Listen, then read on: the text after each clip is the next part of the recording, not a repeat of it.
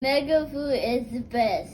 The He is miracle food. It's the best for detoxing, cleansing, healing, removing inflammation, and boosting your immune system. It's suitable for all ages, and it helped me out tremendously during pregnancy. Allergen-free, gluten-free, 100% organic, all natural, and vegan. Miracle Miracle food. And with that, we'll see you later.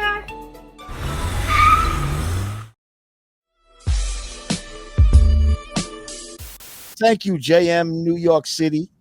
He said, what was it like, JM? He says, what was it like for him to collaborate with a music legend like Ron Isley on his second album?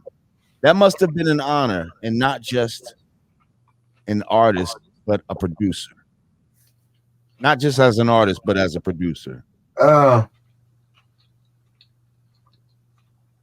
you, JM, New York. I was blown away. I was just blown away. I felt like I was Quincy Jones or somebody producing. It was really cool just to be working with a legend, man, and seeing how he worked, watched how he did his vocals and the whole nine. It was dope. You know, it was me recording him doing his shit. I was like, oh, this is incredible. And to do the video with him and just chop game with him. He was real knowledgeable, just telling me, giving me game on the music business, period. And it still stick with me to this day. He's an incredible guy. And actually last year we did a show together, me, him, Snoop, and I forgot who else it was. It was a festival at a casino in Northern California. And I was like, damn, Ron Isley is on the ticket. That's crazy. And it was one of those festivals. It was a nice festival. And I walked up to him. I was like, Ron, what's up, man? He's like, hey, what's up, man? And we hugged and shit. And I was just like, I was on the side of the stage like this. Watching everything, man. The band he had was incredible. They was on point. He was dope. I got it on film right now. I was filming like a motherfucker. It was dope.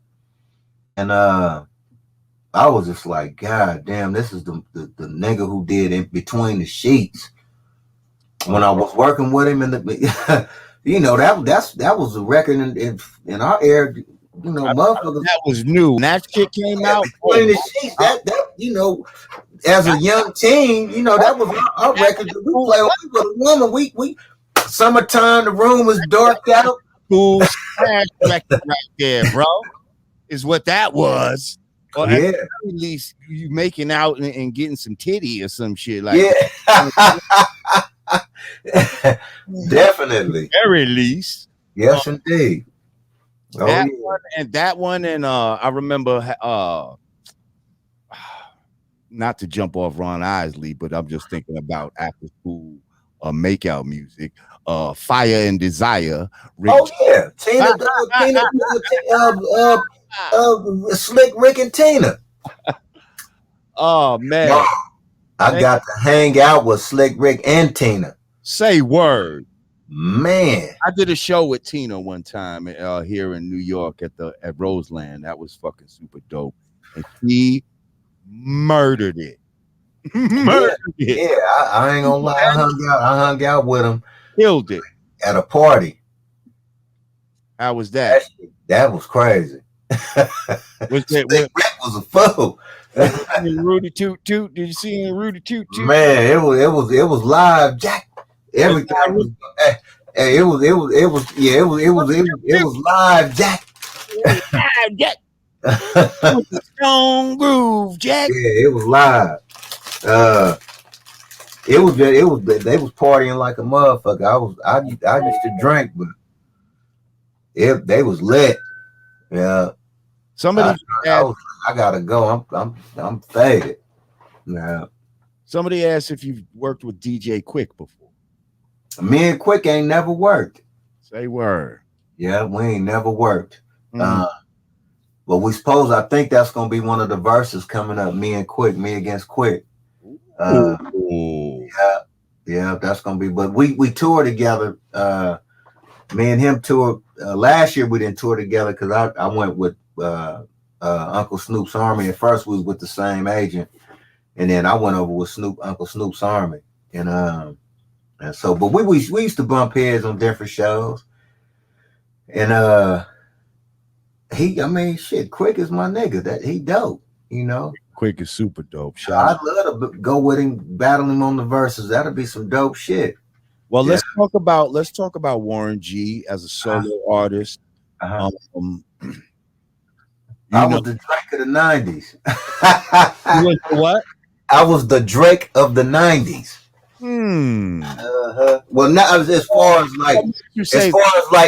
like the ladies, like I got a crush on you. That's all I hear from, you know, all the fans and shit. When we could be on like I used to have a crush on you with back in the day. Because when I'm rocking the crowd, before I go to the next song, you know how the music ain't going. So it's quite, you know, you can hear the crowd and everything. A motherfucker might say something. I say, I can hear your ass over there. You know what's funny? You know what's funny? You know what's funny now that you say that? Now I'm gonna put homegirl on blast. So when we was you remember a couple of weeks ago, because this is how we all set it up. You came into my room on Xbox, and my man had his girl in there in the chat, in the invite, right? And when you came into the party, now this is on Xbox, y'all. They have parties where, you know, people can get in the room and talk to each other, right? So my man had his girl in there, and you just joined the room. And it was like, oh shit, it's Warren G. Da, da, da, da, da. So at the end of the shit, the dude that damn near did an interview with you, his girl was in there, and she might have said something to you later on. She was like, "Thank you, Lord Jamar, for letting me talk to Warren G." She said, "I had such a big crush on him when I was." Yeah,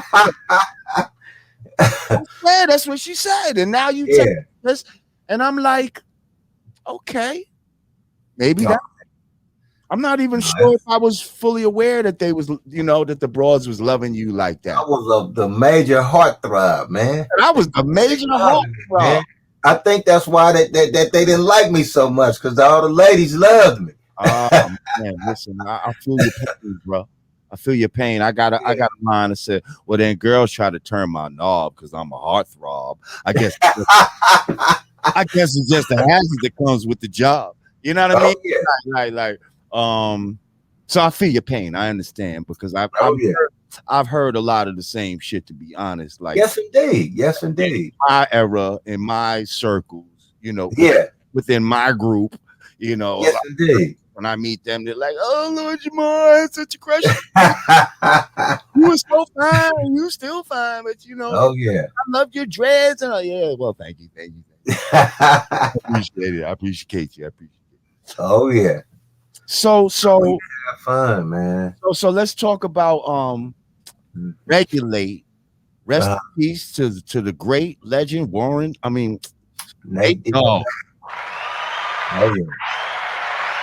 Nate Dogg, man. Now, you say you was the Drake of that era as far as heartthrob, but I think Nate Dogg would have to be the Drake of that era. The Teddy Pendergrass. Or Bobby Womack. I mean, the fact that he was singing on so many hip hop songs, though. Yeah. You see what I'm saying? Like, yeah.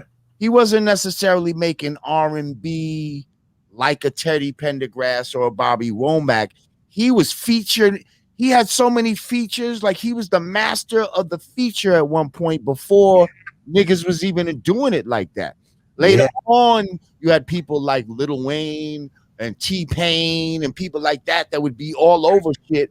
I believe that Nate Dogg set the blueprint for just featuring on mad people shit and upping the ante of their fucking song. And you were the one that I think showed people. Yeah, put him in the game. Right, that showed people that yo, this is this. If you do it like this with him, oh, you can have some crazy shit. Yeah, That regulate, come on, bro. That regulate, yeah, that shit was so fucking cold when it came out. Like, yeah. like, man, I you can't help but sing that shit when the motherfucking shit come on. First of all, I was telling the people I don't want to jump away from regulate, but what's really been in my head since I booked this and all day today, knowing that I was going to interview you, I'm just singing in my head, you don't see what I see. Every day I'm oranges. I take a look over my shoulder as I get older, getting tired of motherfuckers saying, Warren, I told you. That I hear. But it's so hard to live through these years with these funny bunny niggas. Ain't shit changing. Got my mama wondering if I'm gang banging, but I don't pay attention to those other figures. I just handle mine and I'm rolling with my niggas. That's in my head like a motherfucker. Oh yeah. But yeah, regulate with Warren G, bro. Like just. Oh yeah. How did that even come about? What, you just found a sample and like this shit? I was at Roscoe's Chicken and Waffles one day, and there was a cat out there selling records. So I just, anytime I see records, I'm like, fuck this shit. I want them. So I bought all his records, and when I got to the pad and I started listening to the records and shit, I came across the Michael McDonald. And I keep forgetting. I think I forgot what I think that was the name of the album, I think. And so I played the record, and there was a song that my dad and them that used to play. You know, my pops and them when I was at a certain age. So I was like, damn, this shit'd be hard as fuck if I flipped this. So I sampled it, you know, on the MPC 60. I sampled it, put them in each pads. And I was like, at around that time, we used to always say, like, we got to regulate that, man. We got to regulate the situation right now. Hey, you going to get regulated if you don't get that. That was our thing. Like, we was like, regulate this, regulate that. Oh, no, we got to regulate this. So I was like, I'm gonna name this regulate. So I was looking at the Young Guns, just, you know, on VCR. And I heard the dude say regulators. We regulate any stealing of this property, and we're damn good too. Mm-hmm.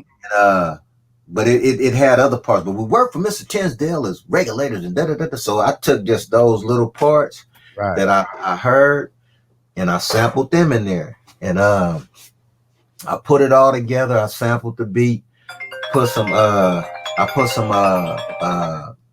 pad up under it, put some different sounds, some guitars and stuff. And then I told Nate, I called Nate, I said, nigga, I got this beat. I redid I Keep Forgetting by Michael McDonald. Come through. I had an apartment right on Long Beach Boulevard in San Antonio. So he came over and he heard it. He was like, nigga, that shit is banging. And I said, okay, I'm going to do the first 4. And then I want you to come in with 4. And then I come in with 4. And then you come in with 4. So we did format already in your mind. Yeah, we did straight up. I said, let's go back and forth. So we did it the first verse. And we were stuck like what we gonna put in the hook? And he couldn't come up with nothing. We was just like, fuck it, leave that motherfucker like it is, just to see, so people could use their imagination on what we just took them, the story we just took them through, let them imagine about what we just talked about. Right. And then we carried the stuff from what we said in that first verse, we carried that on to the second verse and continued what we had started. And when we carried it like a movie all the way through. You dirty in that first verse, Warren. Hey, it was things that we've been through. What they first took from you? The first they took, what was the first thing they took? They took my ring. They took my Rolex. And then they took your Rolex. The nigga said, damn, what's next? Damn, what's next? They really tried to do you dirty. If the homie didn't roll up Who knows It was a wrap. what could have happened? Yeah, it was a wrap. What the fuck? Now, was that based on a true story, or you just kind of? All of that shit was real. Like, oh, say word. Yeah, it wasn't. It was a situation that we witnessed. We was there, but couldn't do nothing because we didn't have no blah da da da da's. We couldn't do shit. You know, but just had to deal with it. And but it was all good. Shit, we you know, regulators. We was wild back then. Yeah, but it that was just some of the things that we went through, you know, just growing up in Long Beach, you know, as a teen. Gangbang was at an all-time high. It was like how Chicago is, how bad that shit was. It was like 10 times worse out here around that time. As far as the killing and all that shit, it was bad. We lost so many friends and shit, and it was terrible.